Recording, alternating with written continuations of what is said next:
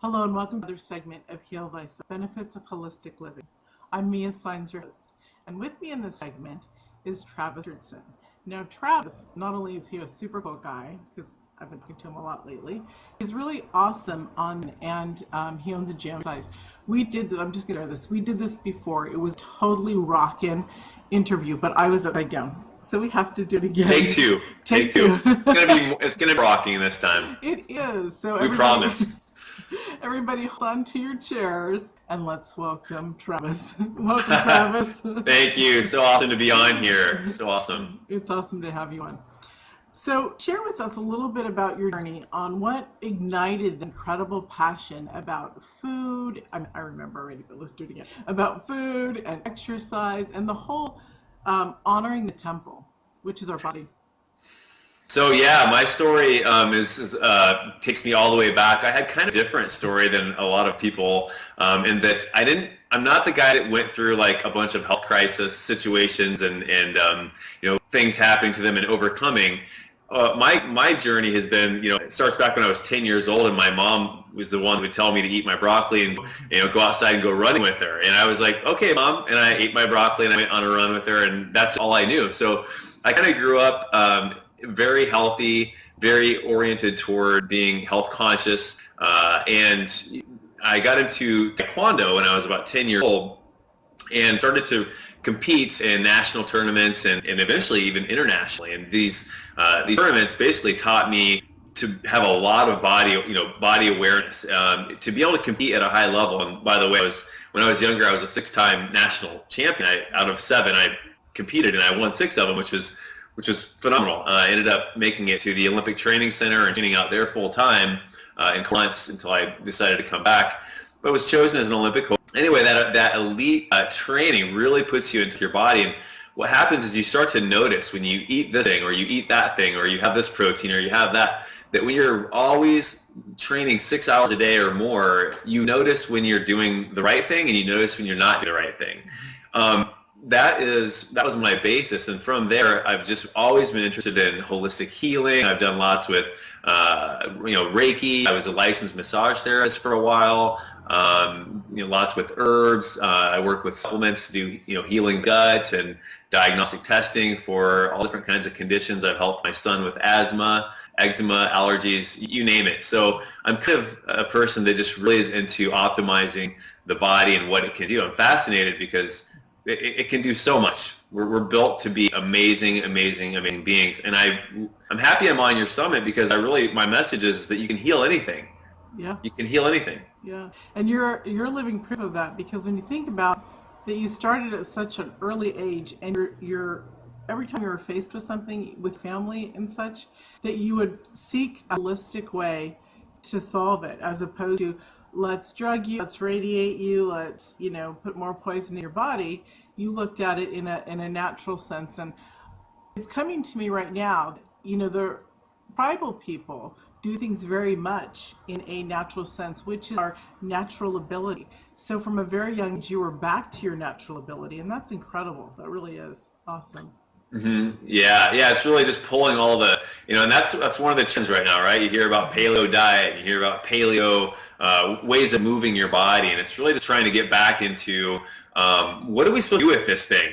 Like in a day, I can tell you one thing, it's not sitting at a computer and doing what we're doing. Yeah. Well, this is great. Actually, I'm standing up right now. I do my interviews standing up because then I can kind of move around and shake around a bit. The whole goal is to try to get back to figuring out what we've lost, and we've lost so much, over the the decimation of the Native American in this culture alone. Yeah, we've lost stuff that we don't even know about. Certain plants and herbs and things that could have been used for healing, it's just a shame that we're in this culture now that just is so fast-paced. We move so fast from thing to thing to thing, and we're constantly always looking for something new to help us out, or some new program, some new fad, and we look everywhere else but inside, and that's typically where all the answers ultimately are going to come from. Listening to you, that what you just said really spurred a incredible desire, and some of the people who follow my work know, that I have a bunch of stuff coming up when this airs, other projects. And I was going to take 2 weeks off at the end of March just for me. I think I'm going to take all of March off and let everybody else that I pay take care of the rest of producing the summit. And yes, I'll answer your emails, of course, while I'm relaxing. But go back inside, like you were saying, and spend time even more. I spend an hour a day in nature, but spend more. Spend what I want. Enjoy the ocean. Is that a good girl thing? Oh my God, that's an amazing thing. And we don't take enough time for ourselves. One of the things I always tell people who are going through, I've created a workout program locally. It's a brick and mortar business that's about body shaping and weight loss. And I mean, I do the same. We do an orientation every 3 months, and I do the same spiel, which is that, hey, I'm going to give you this program. It's going to kick butt. It's going to get shape, all this stuff. But at the end of the day, you need to really be good to you, especially when you're starting something new. We are, and I'm part of this crowd, we are so good at beating the hell out of ourselves. So good at pointing out when we don't do well and that when we're failures. And it is really the thing I think holds people back the most. Because here's the thing, I don't care what program you do, what new thing you try, you're not going to do it perfectly. I promise that. And you're going to have to confront yet again that part of you that says, I should just quit. I should just stop. Because here again, I'm failing. I haven't lost the weight that they said I was going to lose. I haven't got the energy I was supposed to have. So I'm going to quit. I'm going to back off. I'm going to go try something new. And it's that inner critic that really, really challenges us, Right. That's one thing I think is probably the most important thing in the work that we as coaches do, is to try and shift that part of us away from thinking, well, first of all, they say, working out nutrition is 80% and fitness is 20% of the equation, right? And the whole goal of that is to try to get people to think, hey, working out is great. It does wonderful things for the body, but your nutrition, what you're putting in, is really important. But beyond that, it's actually not true. Actually, it's 80% mindset, and then somehow divvy up between the other, because if you don't have that right, it doesn't matter. You're gonna fail. I think I just heard. I interviewed an expert recently, and he said that on average, an average female will have tried 10 different diets, on average, 10 different diets in her lifetime, and failed at like all of them, and put on more weight than when they originally started dieting. On average. Yeah. So there's a lot of pressure on the women. There is, and women beat themselves up over body image. I mean, more than any. Well, okay, so it goes back to society and what we're taught, and that men prefer. We can have a gorgeous face. I mean, look at me. I'm not an unattractive woman, and have put on some weight since I got married. And do I feel bad about it? Yes, but I am doing something about it again. But we do feel this way because we want to make. We want to make our man, and for other people, we want to make men feel that we're attractive, and they'll let us know if we're not. So if we were kinder and loving and came from a place of love with each other, it would be a lot easier to release, because really weight is not just because I eat hardly anything, and it's hard to lose it, and I have to work out.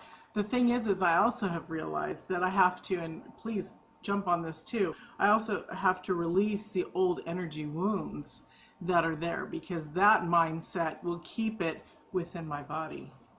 People, how many times have I seen even, I've seen it specifically in women, not so much in men, but women who will leave a destructive relationship or a relationship that wasn't serving them. All of a sudden the weight comes off. Yeah. Like freaking magic. And it's not the stress, and it's not necessarily the stress. It's not the stress. It's they're finally relieved of the stress. And so when you start to shift that in that way, a lot of the hormones that are the cortisol levels that you have that are turning your thyroid down and keeping your metabolism from functioning properly, that starts to get alleviated. All of a sudden things start to function, and your metabolism starts to work as it should. And ultimately, what's the spiritual connection with that? I mean, the emotional spiritual side is, of course, we want to protect ourselves and hold an image of ourselves that we are being fed. So if your partner's not loving you or in a way that you want to be loved, you're going to frame yourself as unlovable. And so an unlovable person is going to be what? Somebody who maybe is a little overweight. And you're going to hold that unlovability to protect yourself, from this whole interaction. So there's a lot of an emotional piece to it that's huge. Right. And we're going to get into food in a moment, but I want to just say as a self-love teacher that you are lovable no matter what size you are and how you look, and don't you ever allow that into your consciousness. Remove it right now, release it, get rid of it, send it back to its sender with consciousness attached so it does not return to you, because you are incredible right now. Absolutely. Okay. So you and I have talked before about you lived in Asia.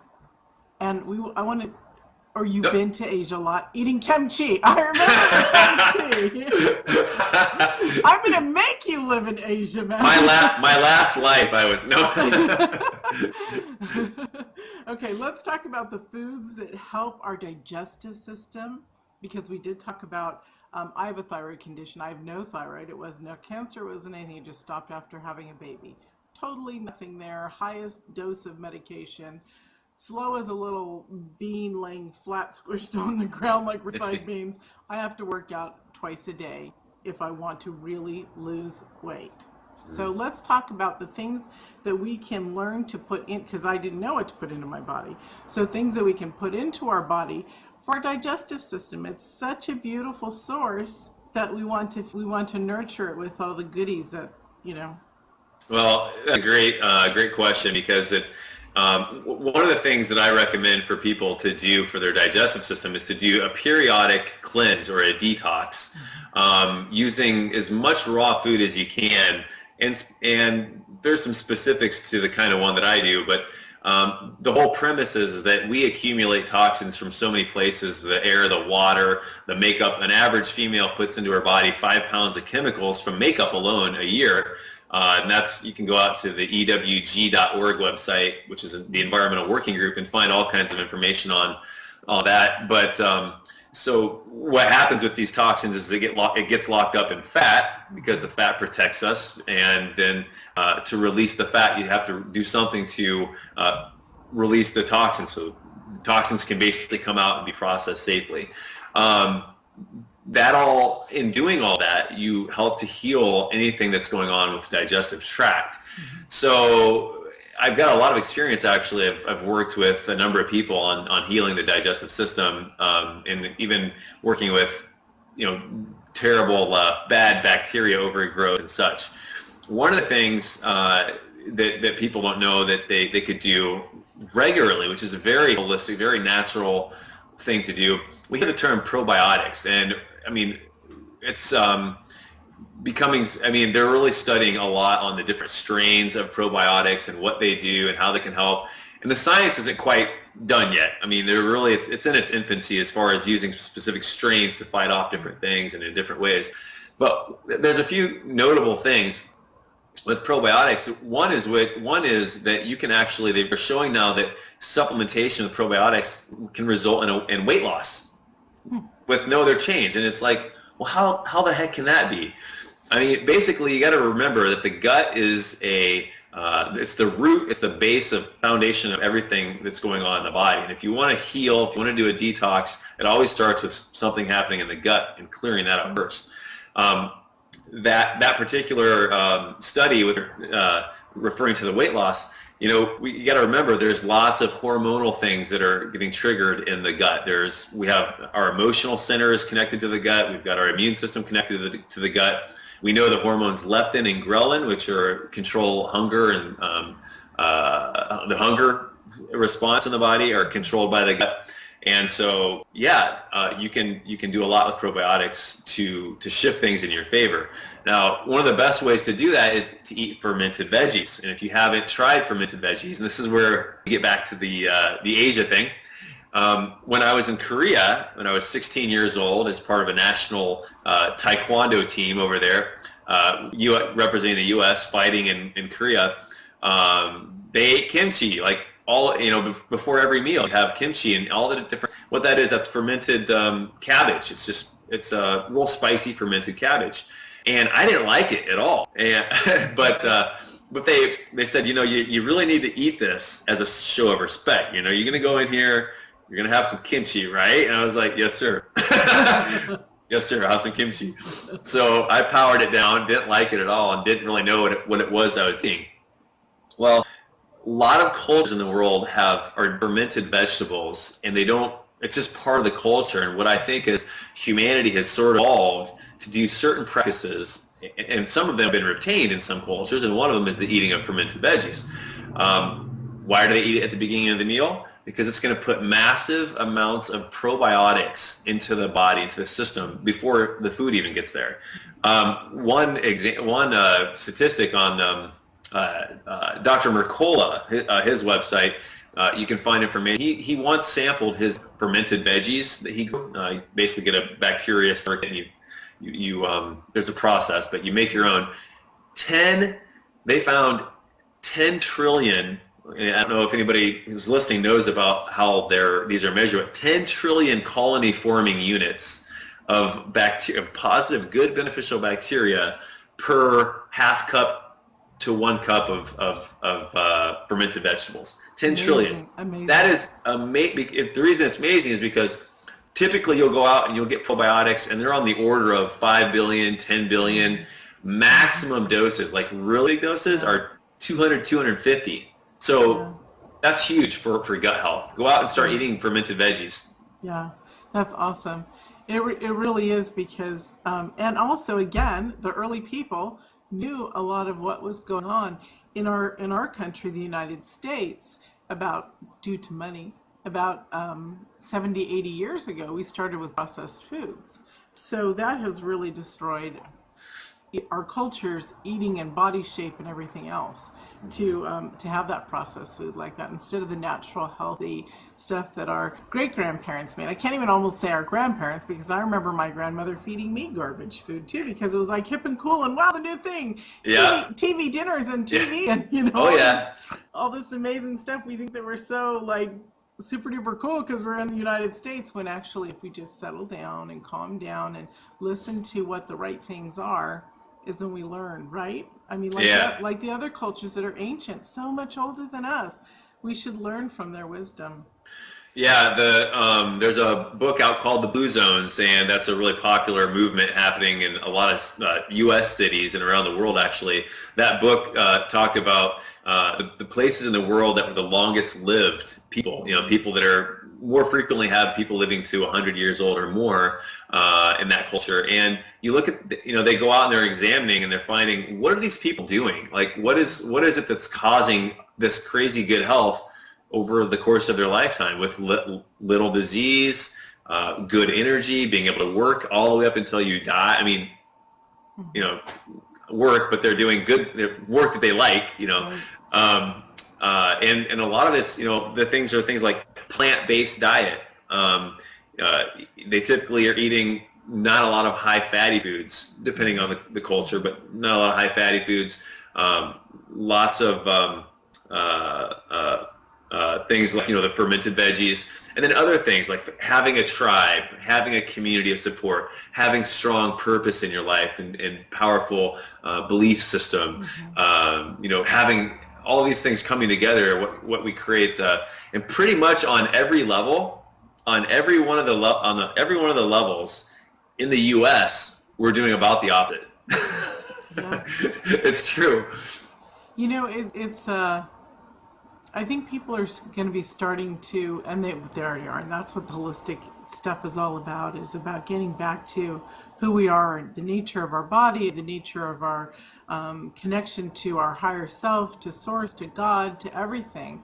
And that's why this series is not, it's for everybody to watch, because those who are just starting to come into this will be saying, oh, wow, that's really cool. I need to watch who else is on the series, because we cover a whole spectrum and we have fantastic people like you sharing this information that's mind-blowing.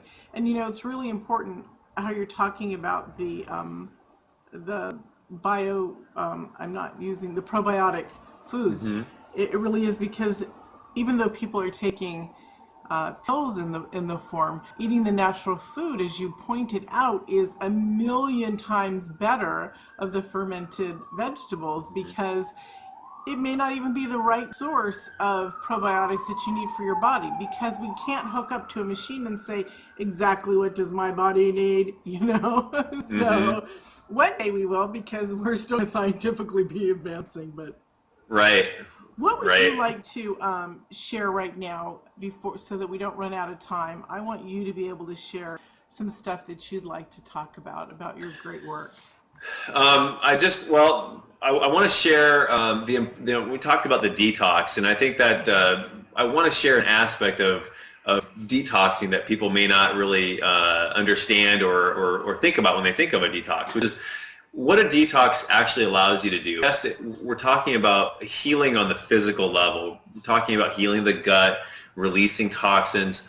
All of that is great, but what I want the listeners to understand that there's multiple layers of our person that get healed when you do a detox. And I want, no matter what detox you do, I would love it if you thought of the detox as a way to bump up against your comfort zone and find your point of resistance that is holding you back. Because what happens is when you try and shift something in your life, it always happens where you shift something and you're met with, boom, resistance, right? The ego, the part of you that doesn't want to change, it feels powerless, small, fear-based, all those. So when you're doing the detox, find that point and hang out in it a little bit. Really examine what it looks like when you're saying to yourself, oh my God, I'm creating cooked food right now, like you can't believe. And the detox is saying, actually, no, you need to be, it's a raw food detox, for instance, whatever it might be. Where does the addiction come from? Why are we so addicted? Journal about it. Close your eyes and feel in your body where that sensation is coming up, that craving.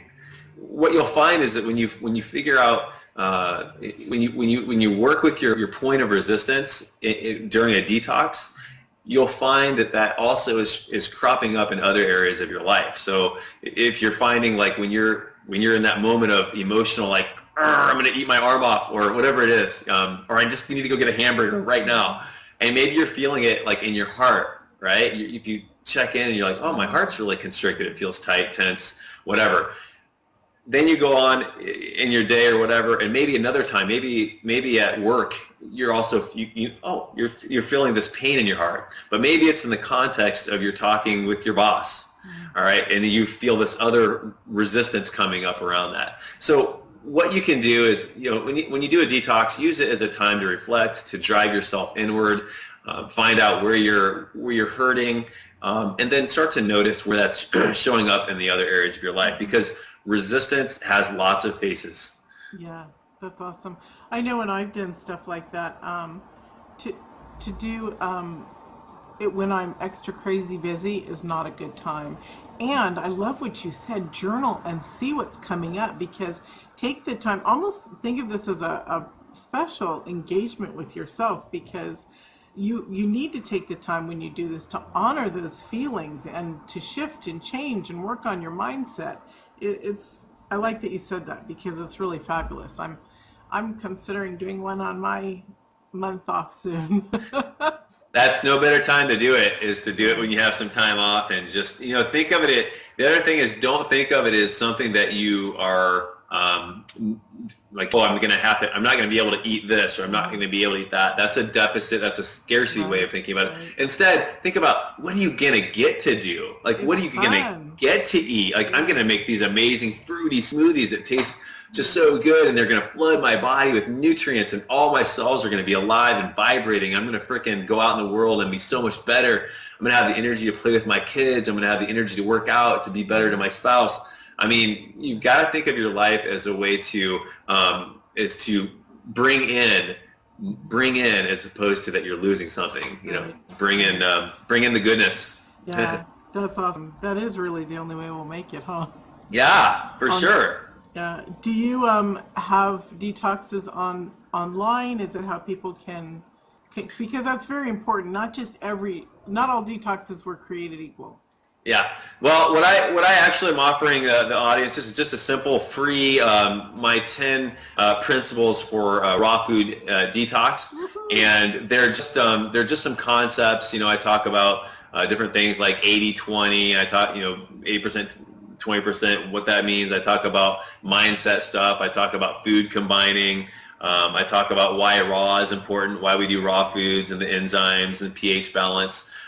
So it's just kind of a summary, and then there's little action steps in there that you can take to, one of them is, for instance, the example of alkalinity. Well, why do we want to alkalize the body, and how do we do that? Well, one way is to wake up in the morning and have some lemon water, okay? Squeeze some lemon into water.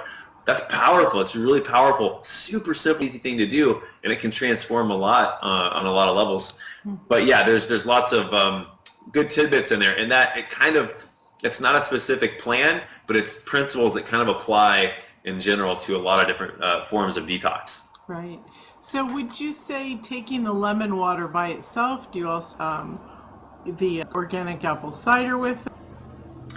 Oh yeah, you can. There's actually one of the energy drinks that you can do that's natural. You know what? There's a thing where if you make it too complicated, will you really do it?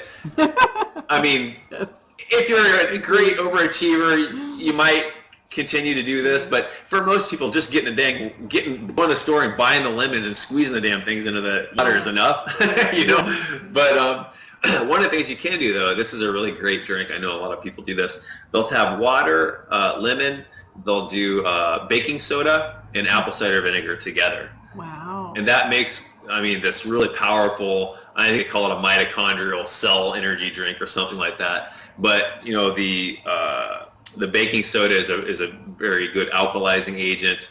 Apple cider vinegar, we know, has about a million different health benefits. Right. Is acidic going down, but then is alkaline forming once it hits the stomach. So we know there's lots of great benefit with that as well. And doing that before your meals, like for breakfast, is great because it starts to stimulate gastric acid production. Your enzymes start to flow better. It's just a great preparatory thing to do in the morning. Wake your cells up. Yeah.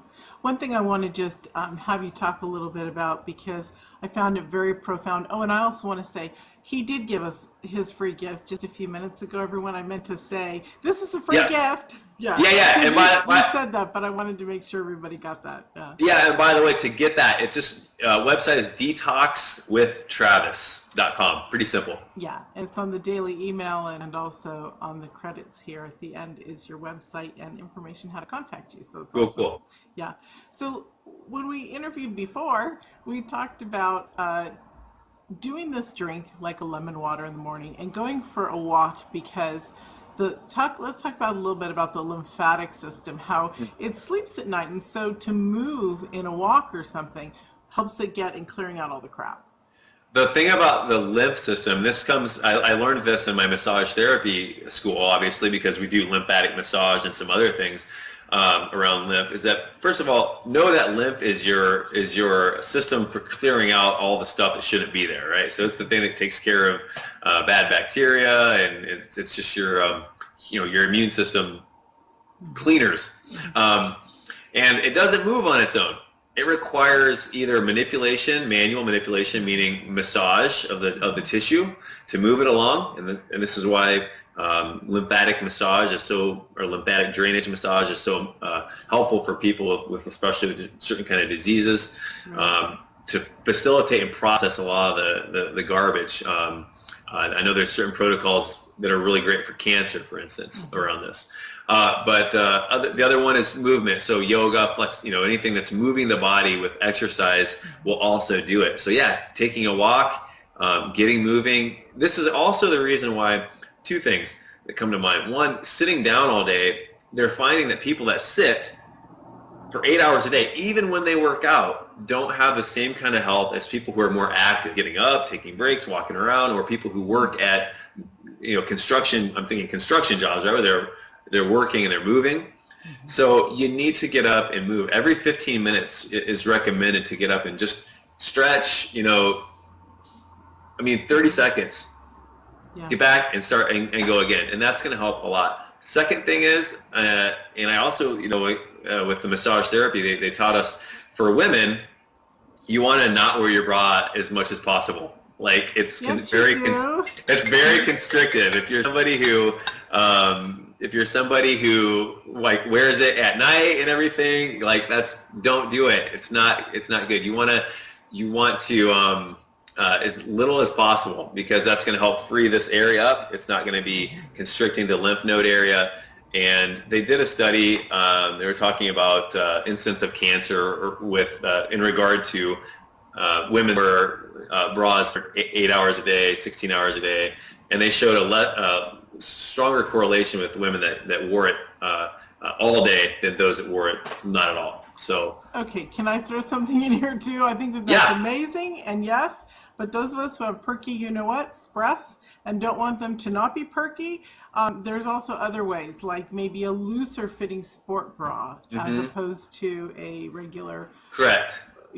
We're supposed to, if we want great breast care, so that they don't drop. I was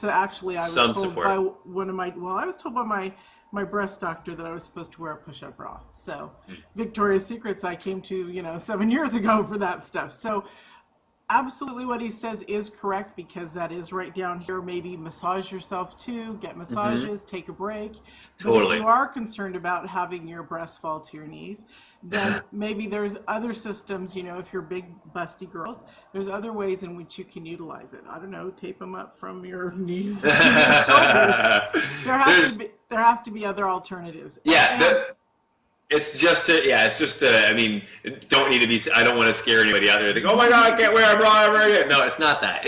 What this is, it's just one other thing that you can do, as much as you can do to kind of help yourself out. Trust me, we've got a million things that we could be doing.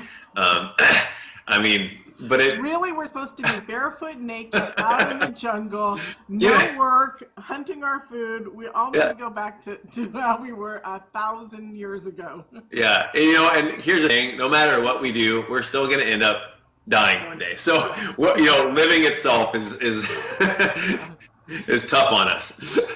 I hope that wasn't too embarrassing. I thought that was a very funny little commentary. So thank you. We are a little bit over by a few minutes, but that's okay, because this was fun and great and informative. Thank you so much, Travis, for joining us again. I am so absolutely. I had a great interview for the second time around, and this was even more fun than the first. We should do it again sometime. We will. All right, honey. Have a wonderful day. Thank you. All right. And thank you all. Thank you all for joining us. We'll see you in another segment. Bye. Awesome. Hold on. Don't move.